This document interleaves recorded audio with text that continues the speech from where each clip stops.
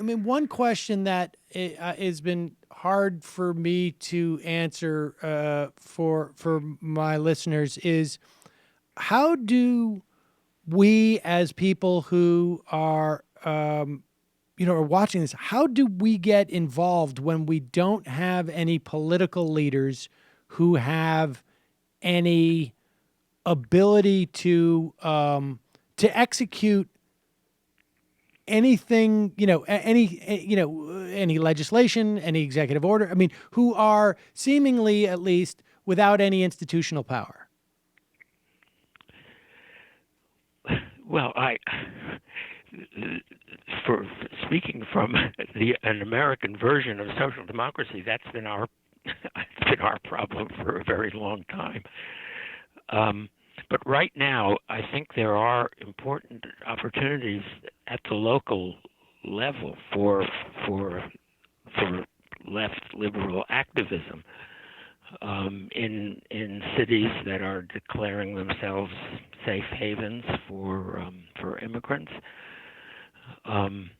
In state governments, the few states that are controlled by the Democrats, where there seems to be a renewed oppositional fervor.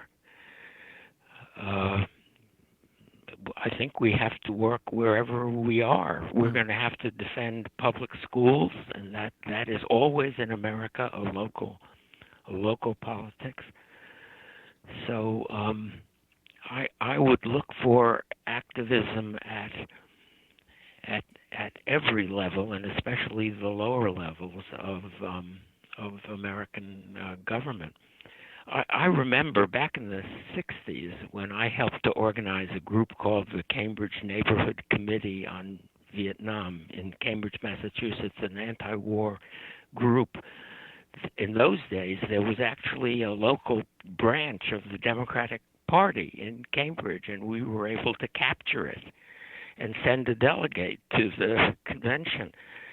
I don't know that kind of local politics still exists in many places, but it would be a good idea to revive branch politics, union branches and party branches, where people can become active. And I do think we have to be active in the Democratic Party. I'm not at this moment sympathetic to third party efforts, which are only likely to distract us from the battles we have to fight. Do you ever envision a time for third party politics? I mean, what in other words, let me rephrase that. What would be the context in which that work would not be a distraction or counterproductive? Well, it would have to be at a time when one of the major parties, for us it would be the Democratic Party, had fractured in ways that allowed us to constitute a party to the left which could take over significant parts of the Democratic Party, the way the Republicans in the 1850s took over much of the old Whig organization and constituencies. I don't see that happening anytime soon. A year ago, it looked more like the Republican Party was going to fracture, and there might be opportunities for people on the farther right. But right now, our work should be in the Democratic Party. Well, and Bernie's entrance into the Democratic Party, he'd been out of it all his life, but his entrance into the primary showed where the fight has to go. And the interesting thing is he's sort of emerging as the almost the sole Democratic leader as someone who is not actually a Democrat.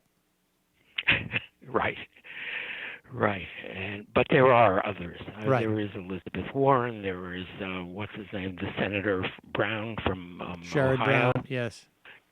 And there are others that I hope will step up. Hey, it's Sam Seder. Why don't you subscribe to this channel? You can do so right over here. Some over. Subscribe.